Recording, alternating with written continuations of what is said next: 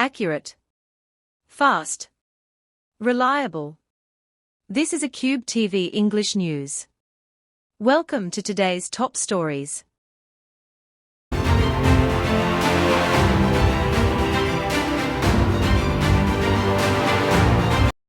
The Tamil Nadu Public Service Commission, TNPSC, has officially opened the application process for the Group I examination today, allowing eligible candidates to apply online for one of the most prestigious civil services recruitment exams in the state. The notification has been released through the official TNPSC portal, inviting applications for various high-ranking administrative posts under the Combined Civil Services Examination, Group I services. Candidates who meet the eligibility criteria, including the required educational qualifications and age limits, can now register and submit their applications through the TNPSC online application system. The examination is considered one of the most competitive recruitment processes in Tamil Nadu, offering opportunities for posts such as Deputy Collector, Deputy Superintendent of Police, and other senior government positions. Applicants are advised to carefully review the official notification, ensure all details are correctly filled, and complete the application process before the deadline. Further details regarding the preliminary examination date, hall ticket release, and selection process will be updated on the official TNPSC website. The safety of women and children remains the Tamil Nadu government's highest priority, Chief Minister C. Joseph Vijay said while addressing the first joint conference of district collectors and superintendents of police since his government assumed office. The Chief Minister instructed officials to ensure that all government policies and welfare programs related to the protection of women and children are implemented effectively across every district.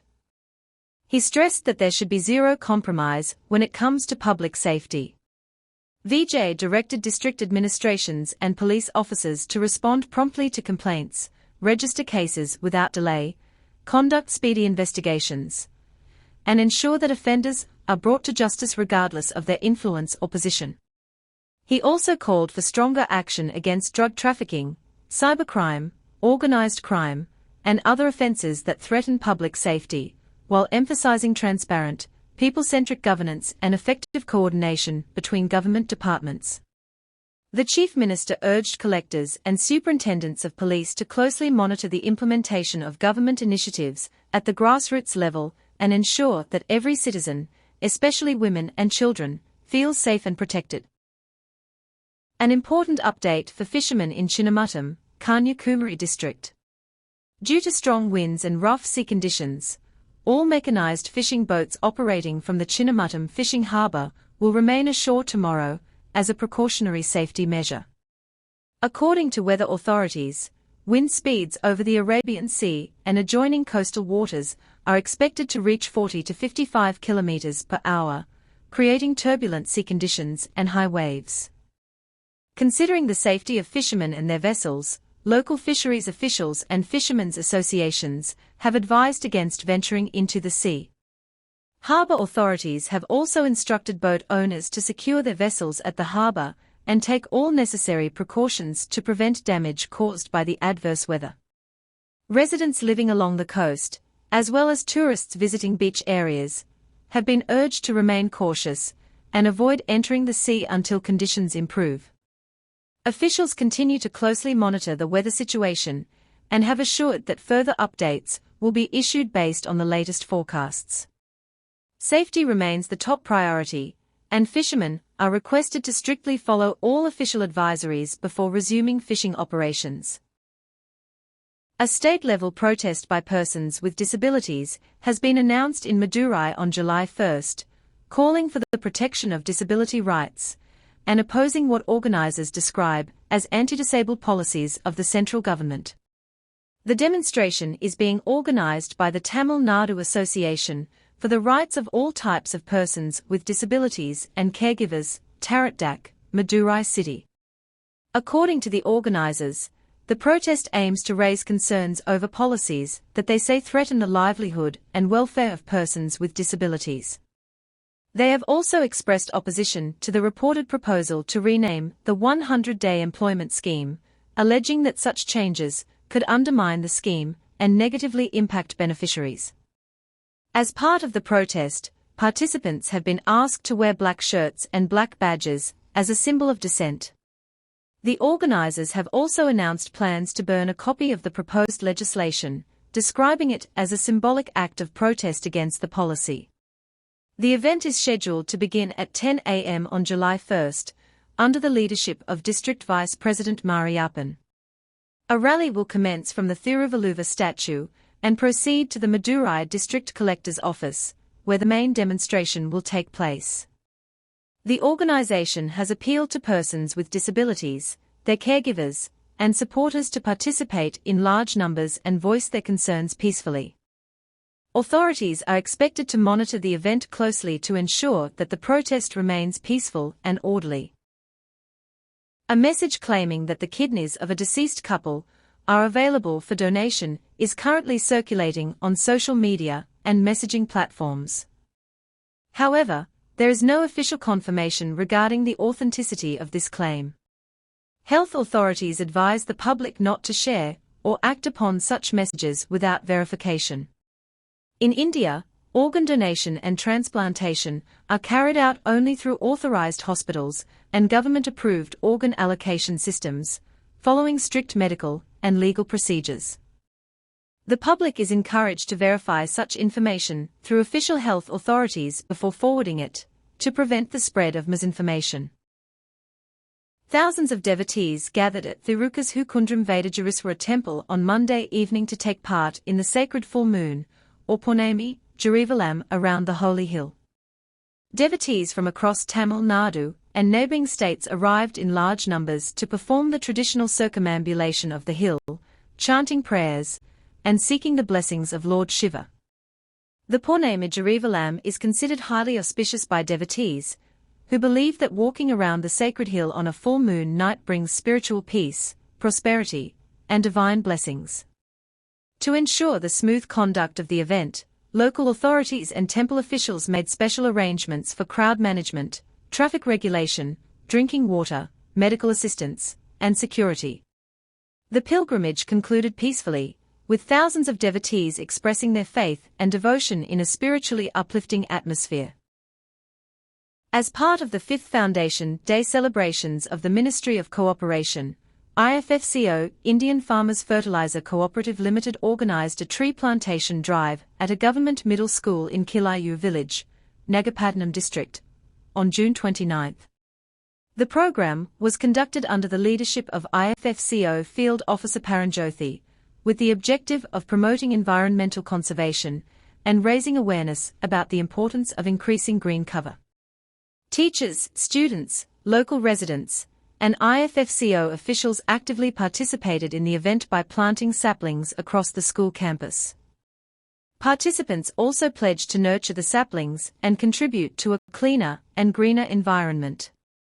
Speaking on the occasion, organizers emphasized that tree plantation is a vital step toward combating climate change, improving biodiversity, and creating a healthier future for the next generation.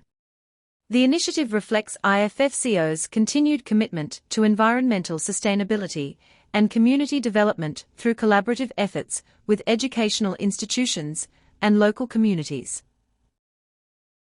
The Tamil Nadu government has revised the privilege fee structure applicable to bars and liquor-serving clubs, in a move aimed at increasing state revenue. Under the new system, liquor clubs in Chennai will now pay a significantly higher privilege fee, nearly doubling their existing charges. However, the annual license fee has been kept unchanged at 30,000 Indian rupees, ensuring that the basic licensing framework remains stable. Officials from the Excise Department stated that the revision is intended to enhance revenue collection from the hospitality and liquor sector without altering core license conditions. The move is projected to generate an additional 300 Indian rupees crore annually for the state exchequer, contributing to fiscal strengthening amid growing expenditure requirements. Industry stakeholders are currently assessing the financial impact, particularly on urban clubs and hospitality establishments, that may see increased operational costs. The revised fee structure is expected to be implemented in the upcoming financial cycle, with detailed guidelines to be issued by the authorities. The Tamil Nadu government is preparing a major initiative to strengthen digital connectivity in rural areas by procuring around 2.5 lakh internet-enabled devices. The program aims to bridge the digital divide between urban and rural regions by improving access to reliable internet services in remote villages across the state. Officials said the initiative will support education, governance services, healthcare access, and digital communication in underserved areas, ensuring that rural populations are not left behind in the state's digital transformation efforts. The devices are expected to be deployed through a structured rollout plan, covering schools, public service centers, and community-level access points in phases. The project is part of the government's broader push toward digital inclusion and smart governance, helping citizens access online services more efficiently.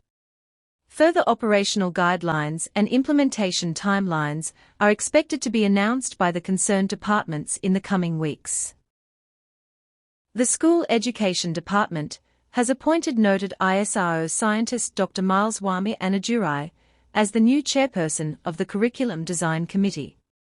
The appointment was made through an official government order following the resignation of Sultan Ahmed Ismail, former head of the Department of Zoology at the new college and member of the State Planning Commission, who previously served as the chair of the committee. With this new appointment, Dr. Mileswamy Anadurai is expected to lead efforts in reshaping and modernizing the school curriculum, with a strong focus on scientific learning, innovation, and skill-based education. Education Department officials said the committee will work on updating syllabi to align with contemporary academic and industry requirements, ensuring students are better prepared for future challenges. The appointment has been widely welcomed by education experts, who believe that his scientific expertise and experience in space research will add significant value to curriculum reforms. Further announcements regarding the committee's roadmap and implementation strategy are expected in the coming days. Around 20 people were injured, including 2 in critical condition, after a firecracker explosion occurred during a temple festival in Kalai Kuchipalayam in Cuddalore district on Monday night. According to police reports, the incident took place around 9:30 p.m. during the Themathai festival at the Mariamman temple, while offerings were being made to the deity. Authorities said that fire accidentally spread to a stock of firecrackers kept nearby, triggering a chain explosion. Several crackers reportedly went off one after another, causing panic among devotees and leading to multiple injuries. Emergency services rushed the injured to nearby hospitals, where 2 victims remain in critical condition and are receiving intensive medical care. Police have launched an investigation into the incident to determine safety lapses and whether proper precautionary measures were followed during the festival celebrations. The situation is now under control, and authorities have urged organizers of public religious events to strictly follow safety protocols to prevent such accidents in the future.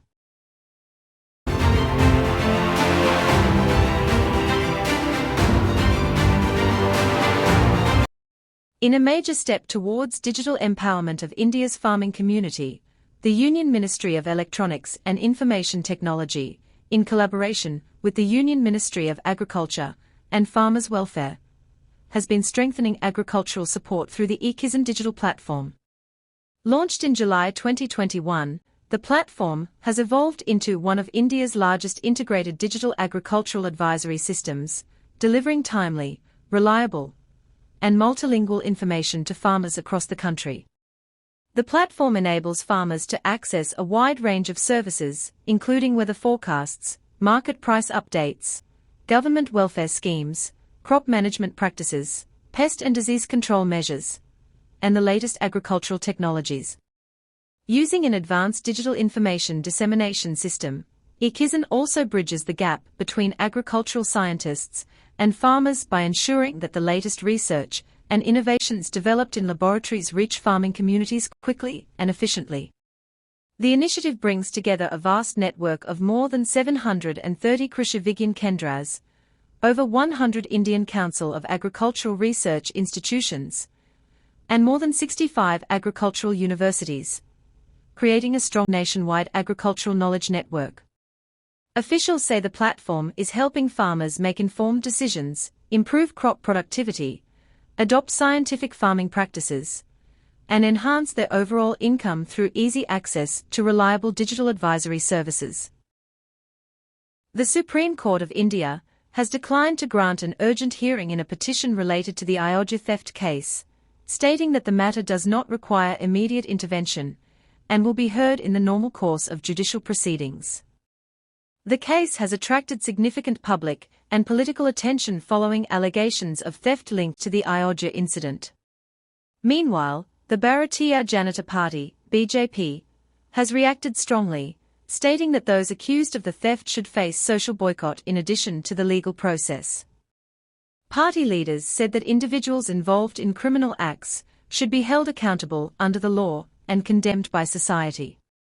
The remarks have sparked political debate, with supporters calling for strict action against the accused, while others have emphasized that all individuals are entitled to due process and a fair trial under the law. The legal proceedings in the case will continue as scheduled, with the Supreme Court expected to hear the matter in accordance with its regular listing procedure. Union Home Minister Amit Shah has reviewed the flood situation in northeast India following incessant rainfall that has severely affected Arunachal Pradesh and neighbouring Assam. During the review, Amit Shah spoke with Himanta Biswa Sarma and Pema Khandu, assuring them that the central government would extend all necessary assistance for rescue, relief, and rehabilitation efforts. Heavy rainfall has worsened the situation in Arunachal Pradesh, triggering landslides, road blockages, and flooding in several districts. The rising water levels have also increased the flood risk in Assam, prompting authorities to issue flood alerts in vulnerable areas. Emergency response teams, including state disaster management agencies and rescue personnel, have been deployed to assist affected communities. Relief operations are underway, with food, drinking water, medical aid, and temporary shelter being provided to those displaced by the floods. Residents living in low-lying and flood-prone areas have been advised to remain alert, follow official advisories, and move to safer locations if required.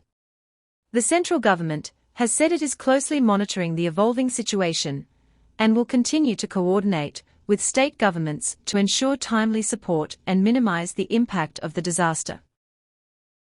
The West Bengal government has approved a new preventive detention law that allows authorities to detain certain individuals for up to 1 year without trial, under specified legal provisions. According to the state government, the legislation is intended to strengthen public safety and enable authorities to take preventive action against activities that may threaten public order or security. Supporters of the law argue that it will provide law enforcement agencies with greater powers to prevent serious crimes and maintain law and order in the state. However, the proposal has also drawn criticism from opposition parties and civil rights groups, who have expressed concerns that extended detention without trial could affect civil liberties and may be open to misuse. They have called for strong legal safeguards and judicial oversight to ensure that individual rights are protected. The legislation is expected to be implemented in accordance with the procedures and safeguards outlined in the law. Its impact and application are likely to be closely watched in the coming months. The results of the NEET-UG 2026 examination are expected to be declared by July 20, bringing an end to the anxious wait of millions of medical aspirants across India. The National Testing Agency, NTA, is currently reviewing objections submitted against the provisional answer key. Once the final answer key is released, the agency will announce the NEET-UG results. Candidates will be able to access their scorecards, All India rank, percentile, and qualifying status through the official NTA website using their application credentials. Following the declaration of results, the counselling process for All India quota and state quota medical admissions will begin, enabling eligible candidates to compete for seats in medical and dental colleges across the country. Students are advised to rely only on official announcements from the National Testing Agency and avoid misinformation circulating on social media.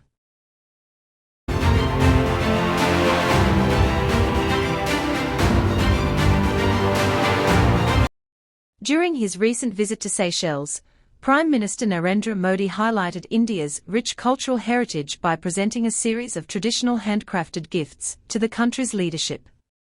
Among the key gifts was a Kanchipuram silk fabric, representing the famous handloom tradition of Tamil Nadu, known for its rich texture, durability, and intricate zari work. Another significant gift was a Toda embroidered shawl, crafted by the indigenous Toda community of the Nilgiri Hills in Tamil Nadu, showcasing traditional geometric patterns in red and black thread work on a white base. These gifts were presented to members of the Seychelles leadership, including parliamentary and executive dignitaries, as part of cultural diplomacy aimed at strengthening bilateral ties between India and Seychelles. Officials noted that the selection of gifts reflected India's diverse artisanal traditions, from the silk weavers of South India to the tribal textile heritage of the Nilgiris, symbolizing unity in cultural diversity. The initiative was widely seen as part of India's broader strategy to deepen international relationships through soft power and cultural exchange. In a dramatic knockout clash at the FIFA World Cup, Morocco pulled off a stunning victory over Netherlands, winning in a tense penalty shootout to book their place in the round of 16. The match ended 1-1 in regular and extra time before being decided from the spot, where Morocco held their nerve under pressure. The Dutch side, despite dominating possession at several stages and creating key chances, failed to convert their advantage into a win. Morocco showed strong defensive discipline and resilience throughout the match, while their goalkeeper made crucial saves that kept them alive in the shootout. In the end, Morocco converted their decisive penalty to seal a historic victory. The result marks another memorable World Cup moment for Morocco, continuing their impressive performances on the global stage, while the Netherlands face a disappointing early exit from the tournament. The tensions in West Asia remain high as the United States and Iran have agreed to temporarily pause military strikes following days of escalating conflict. However, both sides continue to remain deeply divided over the next phase of diplomatic engagement. According to reports, the pause in hostilities comes after intense exchanges involving drone and missile attacks, as well as retaliatory strikes that disrupted security in the region and raised global concerns over energy routes, particularly around the Strait of Hormuz. While both sides have signaled willingness to avoid further immediate escalation, major disagreements persist. The United States has indicated readiness for direct or structured talks aimed at a broader settlement, whereas Iran has maintained that any discussions should be conducted indirectly through mediators rather than face-to-face negotiations. Efforts are underway to restart diplomatic engagement in a neutral venue such as Qatar, but uncertainty continues over whether formal talks will actually take place and under what conditions. The fragile situation highlights the continuing volatility in the region, where a temporary pause in strikes has not yet translated into a clear political breakthrough or long-term agreement. For now, the ceasefire remains unstable, with both sides closely watching each other's movements while diplomatic channels remain open but unfinalized. Allegations have emerged in ongoing international reporting suggesting that the targeted killing of children in conflict zones could be part of a broader and more systematic pattern of violence. Some reports and rights-based analyses claim that such incidents may indicate a larger strategy amounting to genocide, though these assertions remain highly contested and have not been universally verified or legally established by international courts. At present, there is no final judicial determination on these allegations.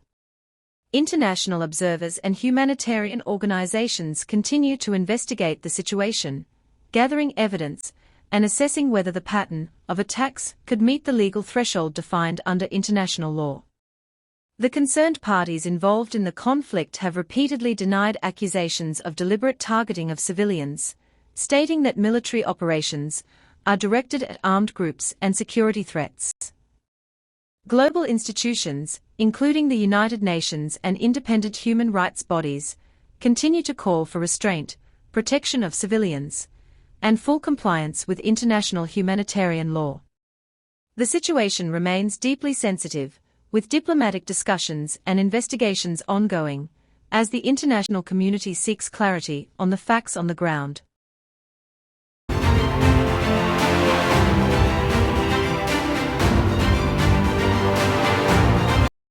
China has announced a major breakthrough in fusion energy research after successfully completing the full performance testing of the world's largest superconducting magnet. The advanced magnet has been developed to support China's artificial sun program, a long-term initiative aimed at replicating the nuclear fusion process that powers the sun and harnessing it as a clean and virtually limitless source of energy. Scientists say the superconducting magnet is a critical component of future fusion reactors, as it generates extremely powerful magnetic fields capable of confining ultra-hot plasma at temperatures of millions of degrees. According to Chinese researchers, the magnet successfully passed all key performance and reliability tests, marking an important milestone in the development of next-generation fusion technology. The achievement is expected to accelerate research into commercial fusion power, which has the potential to provide safe, carbon-free, and sustainable energy while reducing dependence on fossil fuels. Experts say the successful testing further strengthens China's position in the global race to develop practical fusion energy, a technology widely regarded as one of the most promising solutions for meeting future energy demands. Thank you for watching ACubeTV English News, your trusted source for accurate, balanced, and reliable updates. If you found this video informative, don't forget to like, share, and subscribe to stay connected with us. Your trust is our commitment. Stay informed, stay ahead. We'll be back tomorrow with more important stories. Until then, take care and have a great day, youth.